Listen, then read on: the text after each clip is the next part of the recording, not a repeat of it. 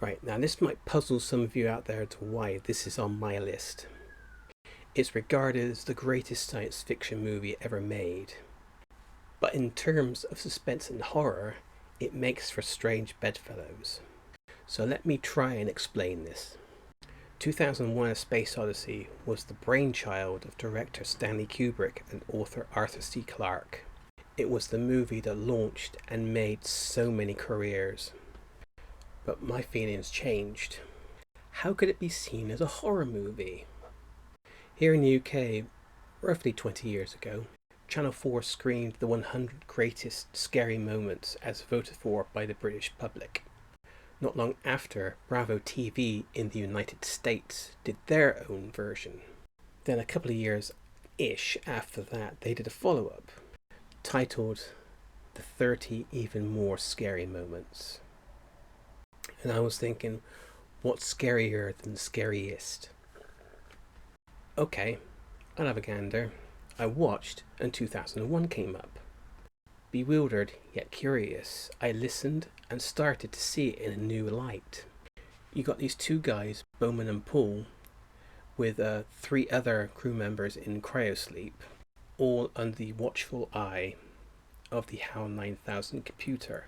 They're out to investigate the shape known as the monolith that has been sighted near Jupiter. Everything's running fine until the AE-35 communications antenna runs a fault.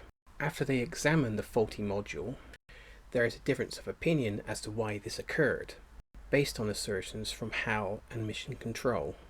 This prompts Bowman and Paul to speak covertly about the next steps, but not knowing that the eye of HAL is watching them. It's at this moment where the movie changes. Now for someone coming in fresh, you can tell something big was about to happen. It's in the following scenes where the two decide to go with HAL's plan, put the faulty module back, allow it to fail when it steps into horror territory. HAL's next actions: coordinating, calculating, complex, clinical, cold.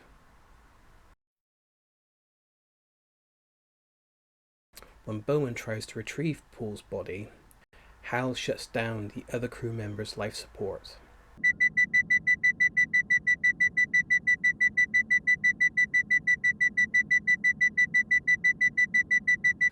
Malfunction or not, it's an action which permeates into future horror.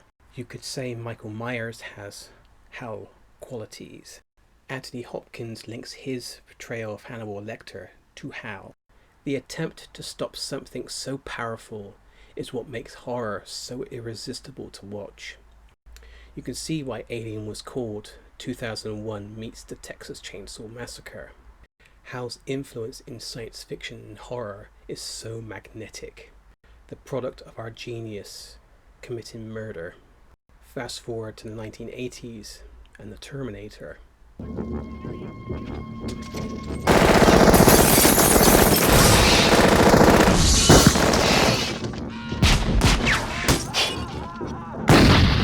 The seeds were there and has created one of the most beautiful of gardens, appreciated by multiple generations.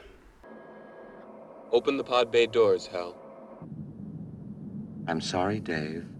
I'm afraid I can't do that. What's the problem?